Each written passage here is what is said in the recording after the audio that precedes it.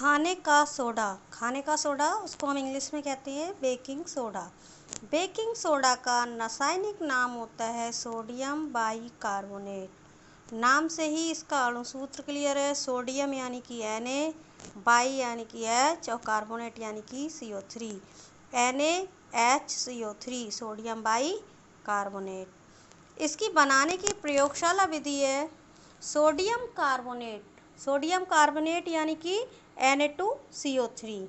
NH2CO3 के जलीय विलयन यानी कि H2O में कार्बन डाइऑक्साइड यानी कि CO2 गैस प्रवाहित करने पर सोडियम बाइकार्बोनेट प्राप्त होता है।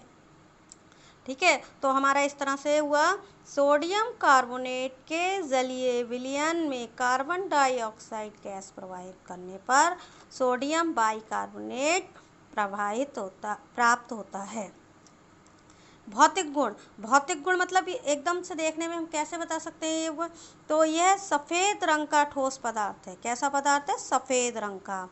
ये जल में विलेय है। हमने देखा है हमारे घर में खाने का सोडा होता है तो जब हम उसको पानी में डालते हैं तो वो घुल जाता है, तो ये जल में विलेय है। जल अपघटन के कारण इसका जलीय विलयन क्षारीय हो जाता है। कैसा हो जाता है इसका जलीय विलयन? जब जल में इसको हमने मिलाया तो इसका विलयन कैसा होगा? क्षारीय। अब इसका रासायनिक गुण में नंबर 1 हेडिंग है ऊष्मा का प्रभाव। सोडियम कार्बोनेट को गर्म करने पर यह अपघटित हो जाता है। अपघटित मतलब ये अपने अवयवों में टूट जाता है। जब हमने इसको सोडियम कार्बोनेट को गर्म किया तो ये सोडियम कार्बोनेट में टूट गया और इसमें जल होता है और कार्बन डाइऑक्साइड होती है। दूसरा रासायनिक गुण है अम्लों से क्रिया करके। यह अम्लों से अभिक्रिया करके सोडियम लवण व कार्बन डाइऑक्साइड गैस। अम्ल जो हमारे होते हैं जैसे हाइड्रोक्लोरिक अम्ल, ऐसे पदार्थ जिनमें H आयन होता है।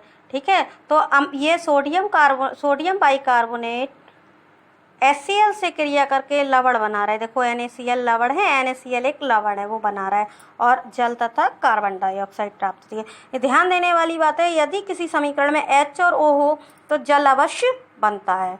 ऐसे ही सोडियम बाइकार्बोनेट सल्फ्यूरिक अम्ल H2SO4 को हम कहते हैं सल्फ्यूरिक अम्ल, इससे क्रिया करके सोडियम सल्फेट बनाता है। सोडियम सल्फेट भी यहाँ एक लवण है। ठीक है, अब इसके उपयोग की बात करते हैं। कोई भी पदार्थ हो उसका प्रयोगशाला में हमेशा अभिकर्मक के रूप में प्रयोग किया जाता है। तो पहला पॉइंट आप किसी भी उसमें हो आप यही लिख सकते हैं, प्रयोगशाला में अभिकर्मक के रूप में। यह झागदार पेय पदार्थ बनाने के काम आता है। यह आग बुझाने वाले यंत्रों में काम आता है।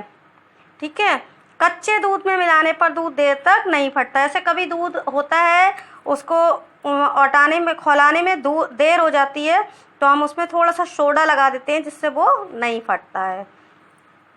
एंटीसेप्टिक के रूप में भी इसका प्रयोग किया जाता है और पेट की अम्लता को दूर करने में इसका प्रयोग होता है। ब्रेड बनाने में इसका प्रयोग होता है।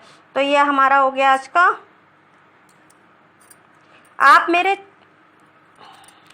ये हमारा आज का बेकिंग सोडा की विधि थी। आप मेरे चैनल को लाइक, सब्सक्राइब एंड शेयर अवश्य करें। यदि आप मेरे चैनल को सब्सक्राइब करते हैं तो मेरी नई वीडियो आपको तुरंत पता चल जाएगी कि मैंने कौन सी वीडियो नई अपलोड की है।